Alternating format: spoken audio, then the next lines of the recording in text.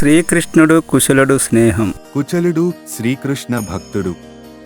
కుచలుడు ఒక బ్రాహ్మణుడు, తపస్వి మరియు కృష్ణుడి ప్రియ భక్తుడు. అతను చిన్నతనంలోనే కృష్ణుడితో గురుకులంలో విద్యాభ్యాసం చేశాడు.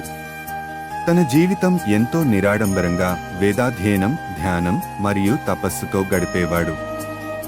ఒకసారి కుచలుడి కుటుంబం తీవ్ర దారిద్ర్యంలో చిక్కుకుంది.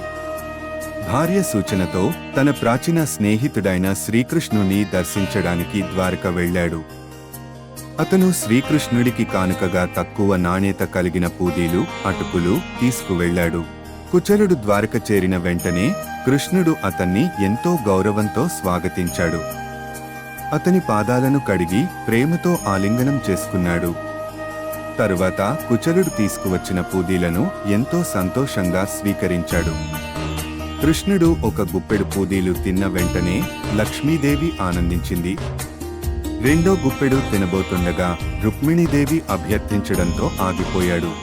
కుచలుడు తన ఇల్లికి తిరిగి వెళ్ళినప్పుడు అతని చిన్న గుడిసెలు బంగారు భవనాలుగా మారిపోయాయి.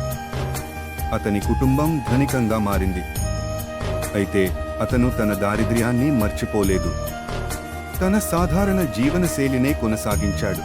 ప్రియమైన భక్తులారా, ఈ రోజు మనం శ్రీకృష్ణుడు మరియు కుచలుడి మధ్య నిస్వార్థమైన స్నేహ బంధాన్ని నిజమైన స్నేహం ఎప్పుడూ స్వార్థం లేకుండా ఉండాలి. కుచలుడు ఎంతో కష్టాల్లో ఉన్నా తన మిత్రుడిని చూడాలని మాత్రమే ద్వారకకు వచ్చాడు. కాని శ్రీకృష్ణుడు అతని ప్రేమను అర్థం చేసుకుని అపారమైన అనుగ్రహాన్ని ఆదరిస్తాడు. స్నేహం ధనానికి, హోదాకు అతీతం. సత్యమైన ప్రేమ, విశ్వాసం, భక్తి ఉంటే భగవంతుడు స్వయంగా మన బంధాన్ని ఆదరిస్తాడు. మీరు కూడా మీ స్నేహితులతో నిస్వార్థంగా ఉండండి, ప్రేమతో ఉండండి మరియు భక్తితో జీవించండి. హరే కృష్ణ. మీకు ఈ సంభాషణలో ఏ అంశం ఎక్కువగా నచ్చింది? మీ అభిప్రాయం కామెంట్ చేయండి.